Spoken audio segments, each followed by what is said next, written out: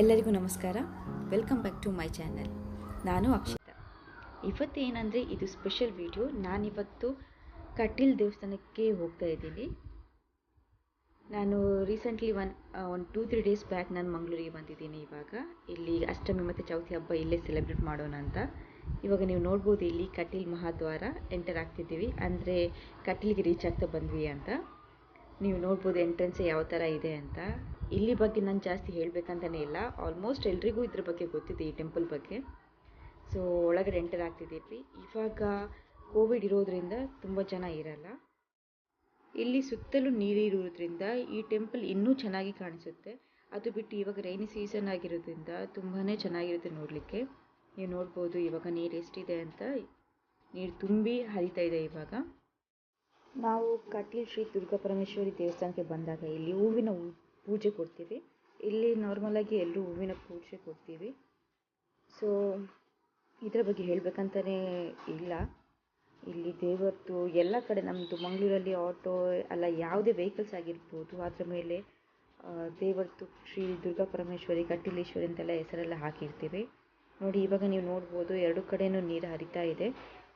ಆ ಕಡೆ ಹೋದರೆ ನಮಗೆ ಪ್ರಸಾದ ಅನ್ನದಾನ ಎಲ್ಲ ಇದೆ. ಬಟ್ ಇವಾಗ ಕೋವಿಡ್ ಆಗಿರೋದ್ರಿಂದ ಎಲ್ಲ ಕ್ಲೋಸ್ ಮಾಡಿದ್ದಾರೆ. ಇಲ್ಲ ಅಂದರೆ ಅನ್ನದಾನ ವಿದ್ಯಾದಾನ ಎಲ್ಲ ಈ ಕಟೀಲ್ ಟೆಂಪಲಿಂದ ಎಲ್ರಿಗೂ ಸಿಗುತ್ತೆ. ನೀವು ನೋಡ್ಬೋದು ನೀರು ಯಾವ ಥರ ಇದೆ ಅಂತ. ಇವಾಗ ಇದನ್ನು ನೋಡಲಿಕ್ಕೆ ಎರಡು ಕಣ್ಣು ಸಾಕಾಗ್ತಿಲ್ಲ, ಅಷ್ಟು ಚೆನ್ನಾಗಿದೆ ಈ ಟೆಂಪಲ್ ನೋಡಲಿಕ್ಕೆ. ಹಾಗೆ ಇಲ್ಲಿ ನೀವು ನೋಡ್ಬೋದು ಇವಾಗ ಎಲಿಫೆಂಟ್ ಶೆಡ್, ಇದರಲ್ಲಿ ಮಹಾಲಕ್ಷ್ಮಿ ಇದ್ದಾರೆ, ಅಂದರೆ ಆನೆ ಹೆಸರು ಮಹಾಲಕ್ಷ್ಮಿ ಅಂತ. ಇಲ್ಲಿ ಇವಾಗ ನಾವು ಮಹಾಲಕ್ಷ್ಮಿ ಹತ್ರ ಬಂದಿದ್ದೀವಿ. ಇವರು ಬ್ಲೆಸ್ಸಿಂಗ್ ಮಾಡ್ತಾರೆ. ನಾವು ಏನಾದರೂ ಇವಾಗ ಪೂಜೆ ಮಾಡಿಸಿ ಬಂದಾದಮೇಲೆ ಬಾಳೆನೆಲ್ಲ ಇದ್ದರೆ ಕೊಟ್ಟರೆ ಅವರು ಬ್ಲೆಸ್ ಮಾಡ್ತಾರೆ. ನೀವು ನೋಡ್ಬೋದು ಇವಾಗ ಮಹಾಲಕ್ಷ್ಮಿಯನ್ನು ನೋಡಿ ಈ ಥರ ಬ್ಲೆಸ್ ಮಾಡ್ತಾರೆ. ಸೊ ನಾನು ಫಸ್ಟ್ ಹೋದೆ, ಸ್ವಲ್ಪ ಭಯನೂ ಆಗುತ್ತೆ ಹತ್ತಿರ ಹೋಗ್ಬೇಕಂದ್ರೆ, ಎಷ್ಟಂದ್ರೂ ಆನೆ ಅಲ್ವಾ ಅಂತ. ಬಟ್ ಅವ್ರು ತುಂಬಾ ಟ್ರೈನ್ ಮಾಡಿರ್ತಾರೆ. ಇಷ್ಟು ತನಕ ಯಾವತ್ತೂ ಯಾರಿಗೂ ಇದು ಹರ್ಟ್ ಮಾಡಿಲ್ಲ.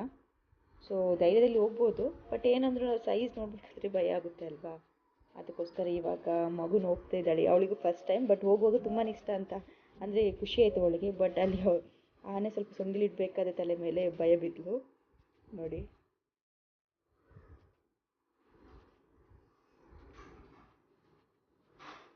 ಅದು ಸ್ವಲ್ಪ ಅದು ವೆಯ್ಟ್ ಇದೆ ಅಲ್ವಾ ಸೊಂಡಿಲ, ಅದು ಅವಳಿಗೆ ಭಯ ಆಯಿತು, ಅಳ್ತಾ ಇದ್ದಾಳೆ.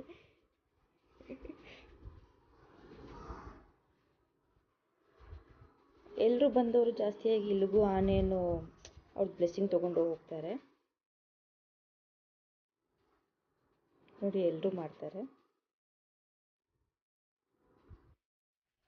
ಇವಾಗ ಆನೆ ಜೊತೆ ನಿಂತ್ಕೊಂಡು ಫೋಟೋ ತಗೊಳ್ಳೋಣ ಅಂತ. ಭಯನೂ ಆಗ್ತಿದೆ, ಯಾಕಂದರೆ ಹೇಳಿಕೆ ಬರಲ್ಲಲ್ವಾ ಯಾವ ಟೈಮ್ ಏನಾಗುತ್ತೆ ಅಂತ. ಸೊ ಆದ್ರೂ ಅವ್ರು ಹೇಳಿದ್ರು ಇಲ್ಲ ನಿಂತ್ಕೊಳ್ಳಿ ಅಂತ, ಅವ್ರು ಟ್ರೈನ್ ಮಾಡೋರು ಹೇಳಿದರು. ಬಟ್ ನಿಂತಿದ್ದೀವಿ ಈ ಕಡೆಯಿಂದ ವಿಡಿಯೋ ಎಲ್ಲ ಮಾಡಲಿಕ್ಕೆ. ಉಸಿರುಗಟ್ಟು ನಿಂತಾಗೆ ಆಗಿದೆ, ಭಯನೂ ಆಗ್ತಿದೆ ಈ ಕಡೆಯಿಂದ, ಬಟ್ ತೋರಿಸ್ಲಿಕ್ಕೆ ಆಗ್ತಾಯಿಲ್ಲ ಅಷ್ಟೇ. ನೋಡ್ಬೋದು ನಿಜವಾಗ್ಲೂ ಆನೆ ನೋಡಲಿಕ್ಕೆ ಖುಷಿಯಾಗುತ್ತೆ, ಅಷ್ಟೇ ಭಯನೂ ಇದೆ ಒಳಗಡೆ.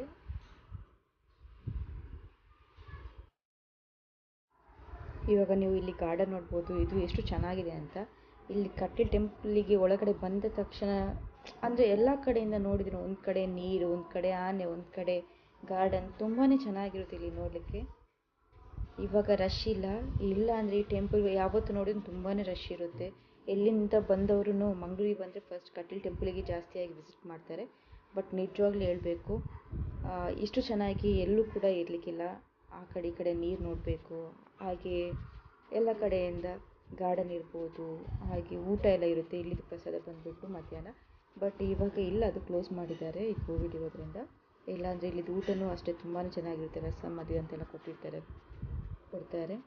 ಇವಾಗ ನೋಡಿ ಇದು ಒಳಗಡೆ ಗುಡಿದು ನಾನು ಫೋಟೋ ತೆಗಿಲಿಕ್ಕಾಗಲ್ಲ, ಯಾಕಂದರೆ ನಾವು ಇವತ್ತು ಬಂದಿದ್ದು ಸ್ಯಾಟರ್ಡೆ, ಒಳಗಡೆ ಹೋಗ್ಲಿಕ್ಕೆ ಆಗಲ್ಲ. ಸ್ಯಾಟರ್ಡೆ ಅವ್ರು ಬಿಡಲ್ಲಂತೆ ಈ ಟೈಮಲ್ಲಿ. ಇಲ್ಲಿ ಕರ್ಫ್ಯೂ ಇದೆ ಇನ್ನು ಮಂಗಳೂರಲ್ಲಿ.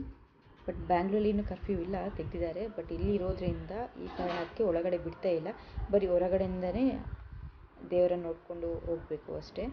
ಇಲ್ಲಾಂದರೆ ಮಂಡೇ ಟು ಫ್ರೈಡೇ ಬಿಡ್ತಾರೆ. ಬಟ್ ಸ್ಯಾಟರ್ಡೇ ಇಲ್ಲ ಅಂತ ಹೇಳಿದರು. ಸ್ಯಾಟರ್ಡೇ 2 o'clock ಮೇಲೆ ಕರ್ಫ್ಯೂ ಇರೋದ್ರಿಂದ ಬೇಗ ಬೇಗ ಹೊರಗಡೆ ನೋಡಿಬಿಟ್ಟು ಮತ್ತೆ ಮನೆಗೆ ಹೋಗ್ಬೇಕಾಯಿತು. ನೋಡಿ ಇವಾಗ ಮನೆಗೆ ಹೊರಡ್ತಿದ್ದೀವಿ, ಯಾಕಂದರೆ ಇಲ್ಲಿ ಸ್ಯಾಟರ್ಡೇ 2 o'clock ಸಂಡೇನೂ ಮತ್ತು ಕರ್ಫ್ಯೂ ಇರೋದ್ರಿಂದ ಬೇಗ ಮನೆಗೆ ರೀಚ್ ಆಗಬೇಕು ಅಂತ ಹೋಗ್ತಾಯಿದ್ದೀವಿ. ಸೊ ನಿಜವಾಗ್ಲೂ ಇಲ್ಲಿ ಬಂದು ಇವತ್ತು ತುಂಬಾ ಖುಷಿಯಾಯಿತು. ಅಂದರೆ ಟೆಂಪಲ್ ಒಳಗೆ ಬಂದ ಮೇಲೆ ಸ್ವಲ್ಪ ಮೈಂಡ್ ಫ್ರೀ ಅಂತ ಆದಾಗೆ ಆಗ್ತಿದೆ.